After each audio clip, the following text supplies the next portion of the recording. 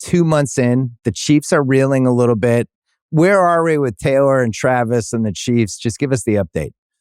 I mean, Taylor's fine. Taylor's killing it. Taylor just had her birthday party in New York. She's hanging out with Blake Lively. Everything in the Taylor world is great.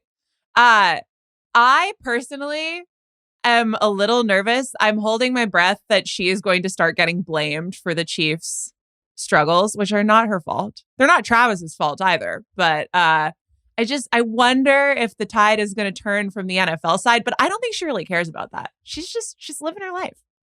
Well, first of all, everybody's afraid to criticize her, even look cross-eyed at her for 2 seconds. So you got that piece. Did you see Bailey Zappi talk about her? Because he said that he used to like her when she was country. And the way that he backtracked was like, it is like the Kremlin. It's like, no, so I like country music and she used to do country music, but now she does pop and I'm listening to pop music. But like, really, so much respect for her. And everyone is really afraid. I noticed when that Time magazine cover story that you and Nathan broke down, which got an emergency, is the first ever magazine piece emergency podcast I think we've ever done at The Ringer or Grantland. I was really proud of both of you. But she just does a drive-by shooting of Kim Kardashian at one point. Much deserved, by the way. Much deserved. Totally. Absolutely no lies in that statement.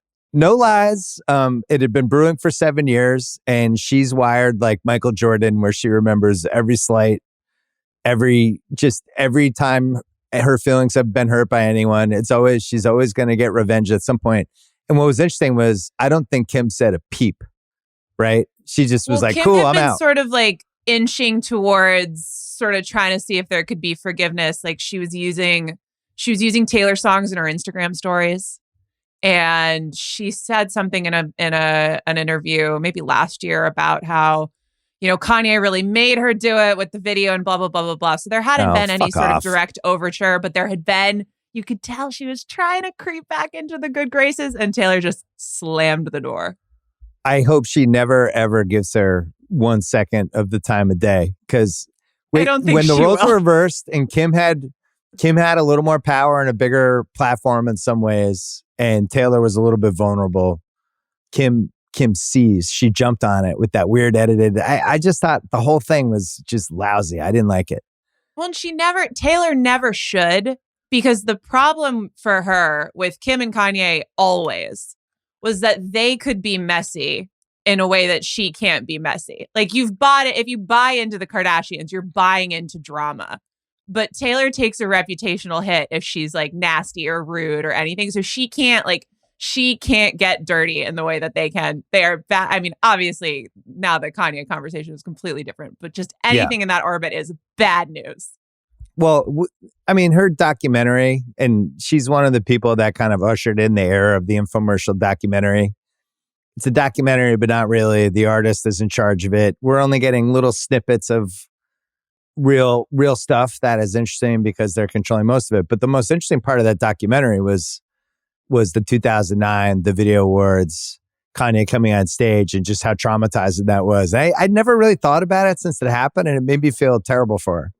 Well, the thing that I learned from that for the first time, I think anybody who followed her learned for the first time, is that she thought people were booing her when they were booing him, which I do think was a massively moment of psychological damage. The most interesting part of the Miss Americana documentary to me was when her father compared her career to Bob Hope's.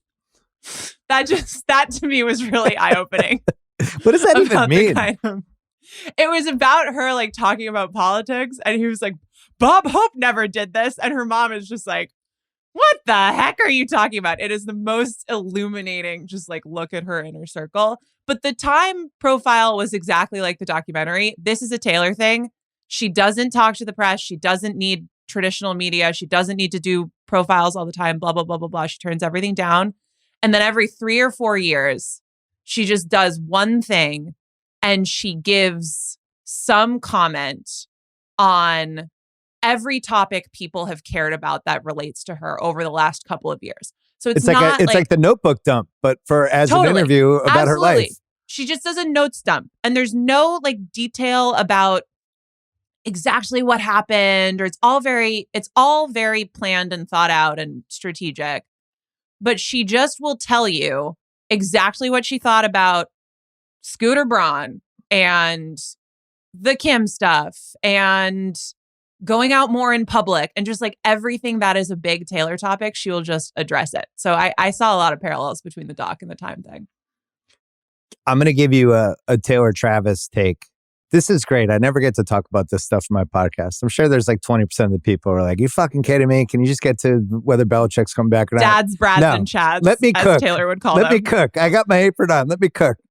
So I read this thing because I talked with my wife and I were both kind of fascinated. We like celebrity relationships in general, and Taylor's been in our life for a while. I'm fascinated by the concept of fame.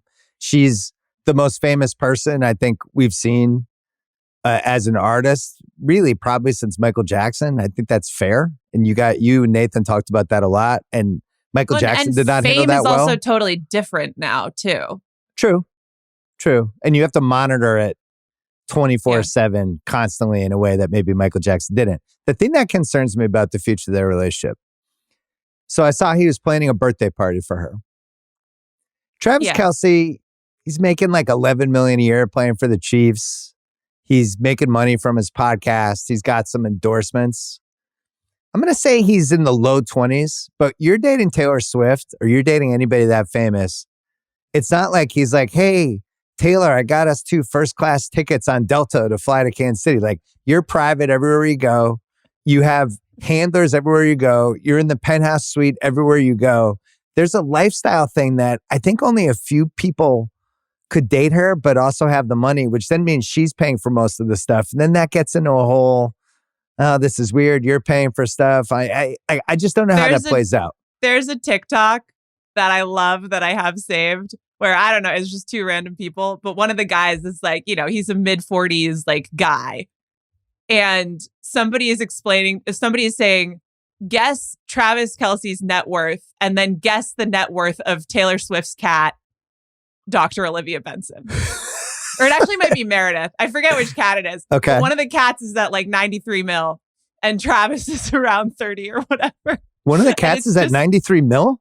I mean, I don't know. But yes, allegedly because she's done commercials and she's endorsed some products.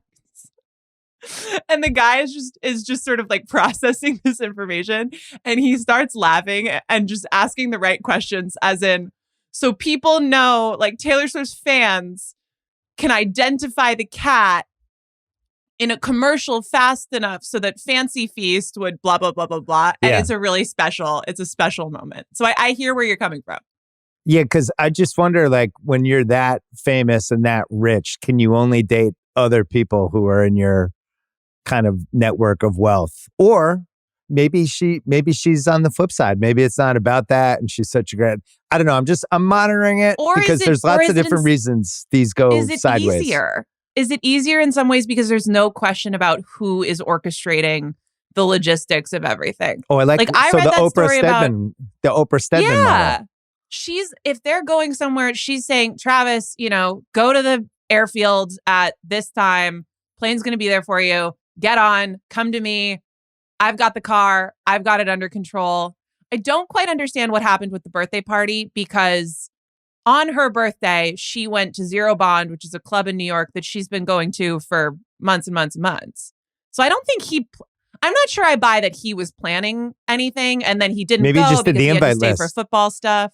Yeah. Something seemed fishy about that. So I wonder if why this has worked out so far is that it gets to be really on her terms. I think I've lived through a lot of celebrity relationships. I think this is one of the better ones. I like the 2 different worlds that they come from. Seems like they like each other. They're around the same age.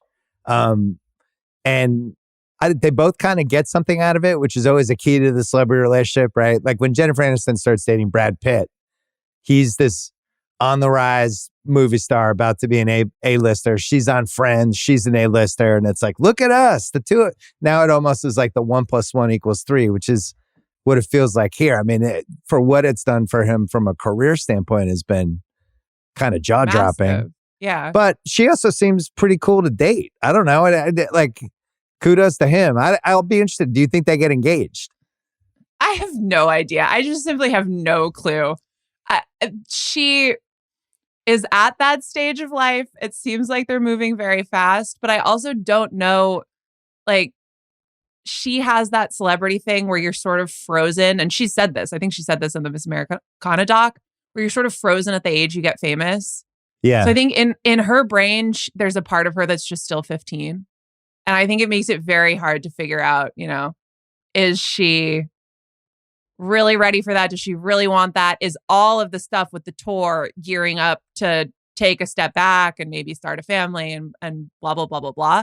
I assume she wants that, but the tour is going to be ongoing for another year plus. Yeah, and how does that work? It's like why the movie actors break up, because one of them's doing a movie somewhere for 9 months, the other one's somewhere else for 9 months. Singapore, and she's in Germany, and she's in Edinburgh, and she's all over the world. So there's definitely some sort of logistical questions, but it even feels like that's starting to happen. Some phone calls. Yeah, they'll do a lot of FaceTime. I'm sure she's used to that, but then again, not really, because the relationship with Joe Alwyn started when she retreated from the world because everybody hated her and she was a snake. Yeah. And then the pandemic started. So they were sort of inside together for like 6 years. And now she won't say like the United Kingdom out loud in the timepiece. One of the little funny tidbits was she said, I moved to a foreign country. Like she wouldn't say I moved to London. I moved to the UK. It was just like that place that I will not name and that person who I will not name. It got that acrimonious. She also might be still like going through it too. So I don't know. They're having fun. So what was the first year she became legitimately famous? 2009. 2009 was her rookie year of fame? Yeah, I think there's sort of three levels to it. And one of them was Fearless, the VMAs, that kind of moment, which was Love Story and You Belong With Me. And then the second one was 1989, which was like 2014, because that was the squad. And that was the bringing the U.S. women's national team out on stage. And that was huge. That was her first stadium tour. Also, that was really when she hit Zoe Simmons in the biggest possible way. Yeah, that's when she got on my radar. So that never gets mentioned in that phase, but keep going. And then the third one is just now. The third one is the last year plus, and kind of coming out of her owning the pandemic with Folklore and Evermore brought her to a new stratosphere. So there's it's like there's a 3-tiered thing to it. Yeah. So if you take Michael Jackson, he's famous in the mid 70s with the Jackson 5. And then that goes all the way to when he becomes a solo artist with Off the Wall, which is around like 79, 80, 81 range. And then Thriller is 82, 83. And then it keeps going really for another, I would say 12 years. And then he becomes, where all these artists end up going, where they become the greatest hits version of themselves. But she's not even close to being the greatest hits version. And then if you look at her versus female artists, it's like basically her and Barbra Streisand, I think, for keeping it together as an A+ lister for this long. Because Barbra Streisand, not only did she have the music, but she became one of the biggest movie stars in the world for like 6-7 years, which is a piece Taylor. I don't see that in her Taylor future, hasn't really done that yet. No, I don't see it happening. Cats didn't exactly open up a new chapter. I don't see that one happening. But yeah, she's in pretty crazy air where she's in the second part of her second decade of being massively, massively famous. And then all of the things are almost like decisions AI would have made for a superstar, even dating a famous football player. It's just like a really good career move, not to mention she seems like she likes him.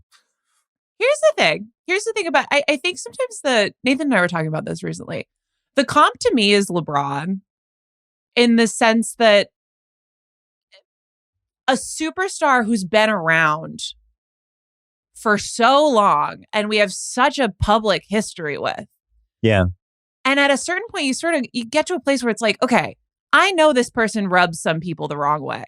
But if the worst thing that if they've managed early fame and all of this success in a way where it's like, look at other people, people who got famous and successful and rich that young, they're not doing well. And the worst thing you can say about Taylor Swift is like, I don't like the faces she makes at awards shows. She seems a little annoying. Like that's a pretty high bar at a certain point. And that's sort of, I mean, I ride very hard for her for a lot of reasons, but I think that's one of them. Yeah, that's a really good point.